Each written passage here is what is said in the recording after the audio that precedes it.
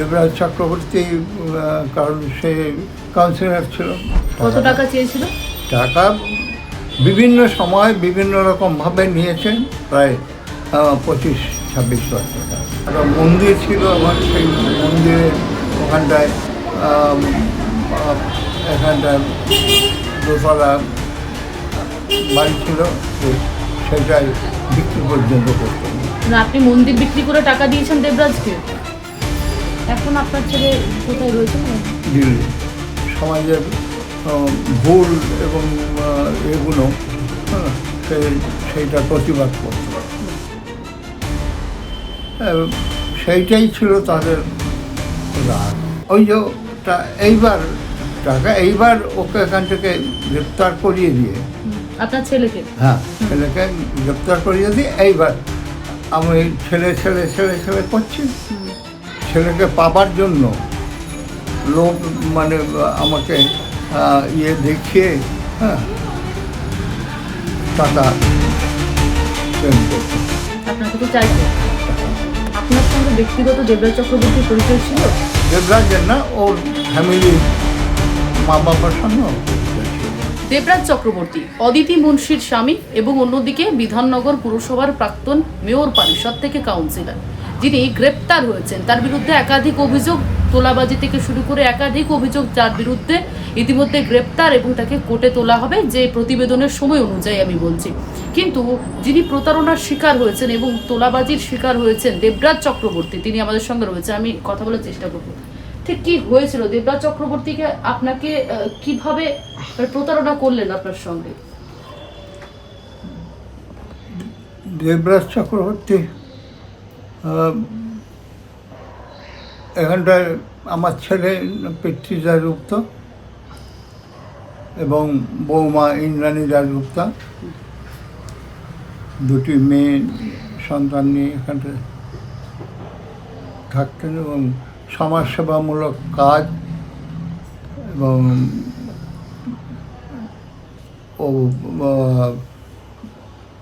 নাচের স্কুল চালাতো এবং সমাজসেবামূলক কাজের ভেতরেই বেশি ইয়ে ছিল।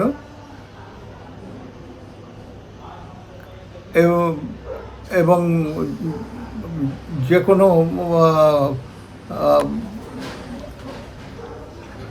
ওই বাইরের কোনো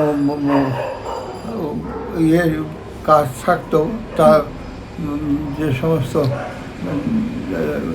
সমাজের ভুল এবং এগুলো সেইটা প্রতিবাদ করত। সেইটাই ছিল তাদের রাগ। দেবরাজ চক্রবর্তী, কারণ সে কাউন্সিলর ছিল, সেই এর সঙ্গে সঙ্গে আবার যুক্ত ছিল ওই পাশের ইয়েতেই 15 নম্বর ওয়ার্ডের। আপনার ওয়ার্ড তো দেবরাজ চক্রবর্তীর ওয়ার্ড, তাই তো? মানে কাউন্সিলর এই দেবরাজ চক্রবর্তী। আচ্ছা আচ্ছা ছিল। আর ওদিকে ইয়েতে ছিল প্রসেনজিৎ নাগ। এরা অ্যাড হয়ে গিয়ে এদের ওই এর উপরে প্রেশার ক্রিয়েট করলো এবং লোক লাগিয়ে বিভিন্ন ধরনের ফাঁক খুঁজলো যে কোন একে এখান থেকে সরিয়ে দেওয়া যায়,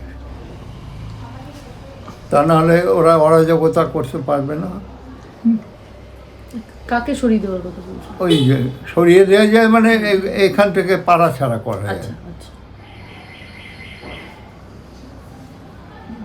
যাই হোক, সেই তখন এই পিতৃ দাশগুপ্তকে এখান থেকে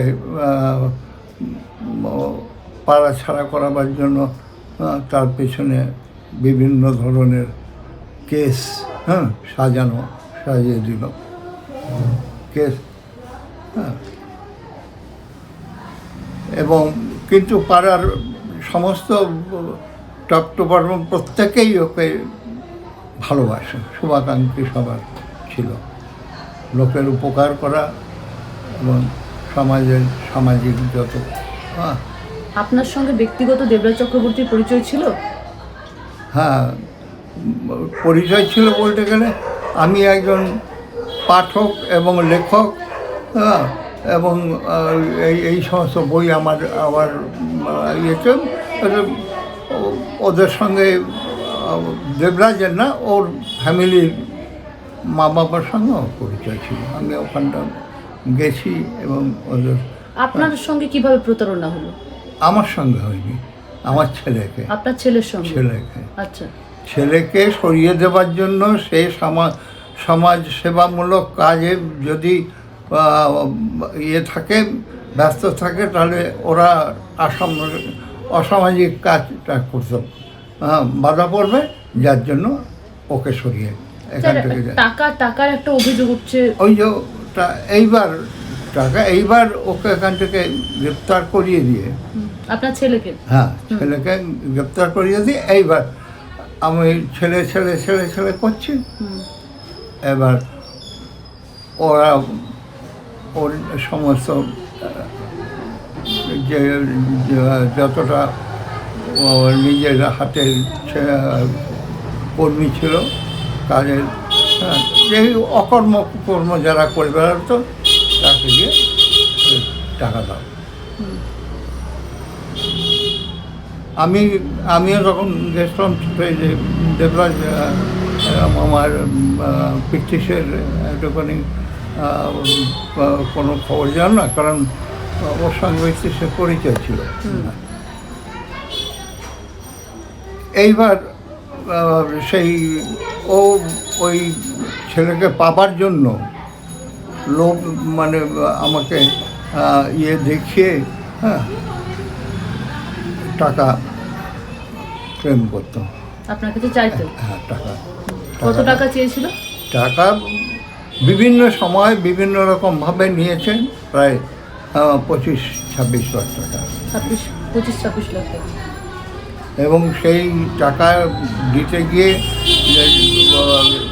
নিজের ঘরের সোনা দানার জিনিস যা ছিল, এবং একটা মন্দির ছিল, এবং সেই মন্দিরের ওখানটায় এখানটায় দোতলা বাড়ি ছিল, সেটাই বিক্রি পর্যন্ত করতে হবে। আপনি মন্দির বিক্রি করে টাকা দিয়েছেন দেবরাজকে? টাকা কি বলে টাকা চাইতো? ওই দেবরাজ তো ডাইরেক্ট ও সাঙ্গ পাঙ্গ। কি বলতো তারা? কি বলতো? পিচিজা কোথায়, পিচিজা কোথায়? হ্যাঁ, আমি পিচিজা কোথায় তোমরা জানো। মানে আপনার ছেলের কাছ থেকে কি কোনো টাকা পেতো দেবরাজ? না, তাহলে শুধু হ্যাঁ, ওই যে চাপে রেখে ওকে কি করে এখান থেকে এলাকা ছাড়া করলো, এবং ওকে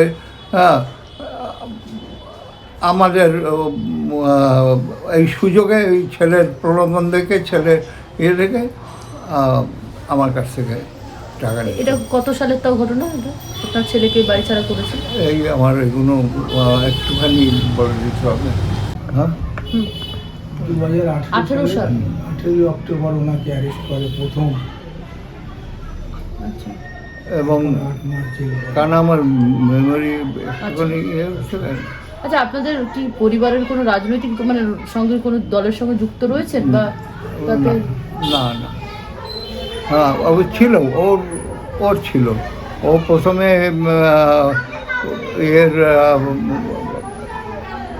করতো, তৃণমূল করতো, তৃণমূলের থেকে আবার ওই মুকুল রায়ের সঙ্গে দিয়ে বিজেপিতে গেল। সেইটা সমস্যা হতে পারে কোনো। মানে এই যে বিজেপিতে যোগদান করাটাই কি সমস্যার কারণ দাঁড়ালো দেবরাজ চক্রবর্তীর কাছে? সেইটা তো বলতে পারবো না। সুযোগ হচ্ছে এখন টাকার লোভ, মানে অর্থের লোভ। এই একটা সুযোগে চাপে রেখে কিছু টাকা নিয়ে নেয়া।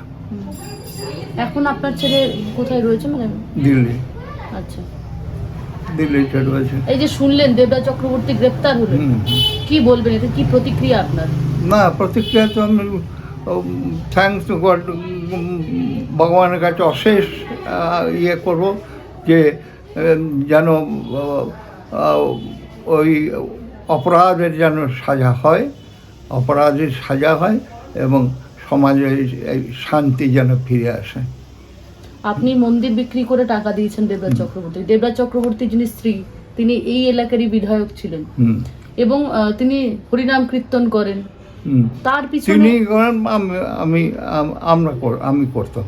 হ্যাঁ, আপনিও করেন। তার পিছনে এত দুর্নীতি যেখানে গ্রেপ্তার হতে হচ্ছে। হুম। তাই যদি সমাজের মঙ্গল বা ভালো করতে যায় তাহলে তাকে অনেক কষ্ট স্বীকার করতে হবে, তার উপরে অনেক চাপ আসে। কি চাইছেন এখন, কি চাইছেন? এখন এইটা চাই যে অন্যায়ের যে অপরাধীর সাজা হোক এবং শান্তি শৃঙ্খলা ফিরে আসে যেন। এইসব ছেলেরা আমার প্রচণ্ড এখন সমাজের যে পার্টি করুক করুক তারা সেই অসামাজিক কাজের ভেতরে থাকে না এবং মানুষের উপকার করে। এখানটা তো এই যে দেবরাজের যেন শাস্তি হয় এবং দেবরাজের সঙ্গে যুক্ত যারা ছিল এবং যারা এই সব টাকা পয়সা নেবার চক্রান্তে ছিল তারা যেন শাস্তি পায়।